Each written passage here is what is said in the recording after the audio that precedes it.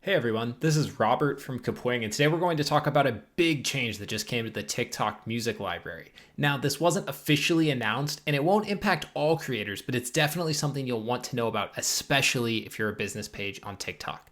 Now, before we get into this new news, this video is brought to you by Kapwing.com. Kapwing is a free browser-based content creation tool that enables anyone to make professional videos and images for free with no watermarks. Visit Kapwing.com to start creating for free today. Now back to the video. So today's news comes to us from the Washington Post's Dave Jorgensen. Now, some of you who are familiar with TikTok may know Dave as the face behind the Washington Post's fantastic TikTok account that has grown to nearly 500,000 followers already. Now, this morning on Twitter, Dave posted this message he received from a representative at TikTok. We recently rolled out a new commercial music library. This new music library enables verified businesses or organizations on TikTok to access a pool of royalty-free music for promotional content and provides the tools and resources to help them further embrace the creativity and authenticity of the TikTok community. The commercial music library provides a rich and diverse pool of royalty-free music for your use in your commercial content. With this native function, you can enjoy unlimited worldwide use of your content within the TikTok ecosystem with access to high-quality, free-to-use music. This will also save you time and investment in sorting out music licensing, and in turn allows you to focus on creating unique and joyful content for your audiences. While your account will not have access to the full music library anymore, you should still have access to user-uploaded sounds. So TLDR, businesses and some unspecified organizations cannot use the commercial music anymore that's available on TikTok. This includes accounts like the Washington Post's TikTok.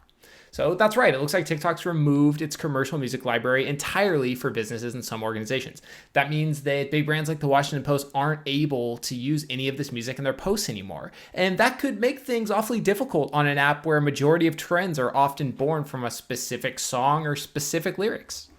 Now, on one hand, this move totally makes sense. If brands want to use big hit songs for commercial purposes on a platform like YouTube or in a Twitch stream, then they have to purchase a license to do that. It's been this way for a long time, and it assures artists and more likely record labels get paid when their songs are used in advertisements.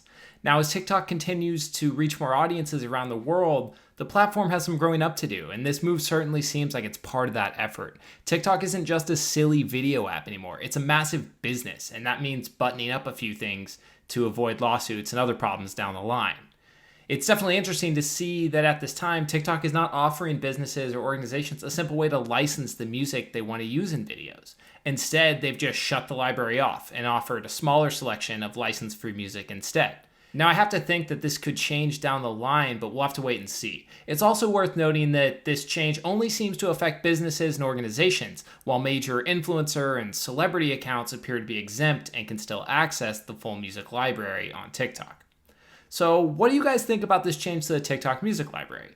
Should businesses and brand accounts have the same access to hit music as the rest of us? Does this move discourage smaller businesses from getting verified and making their place on TikTok more official? And will this change make it harder for brands to participate in the trends that often go viral on the For You page? Let us know in the comments down below, and we'll definitely keep you updated as we learn more about changes to the TikTok music library.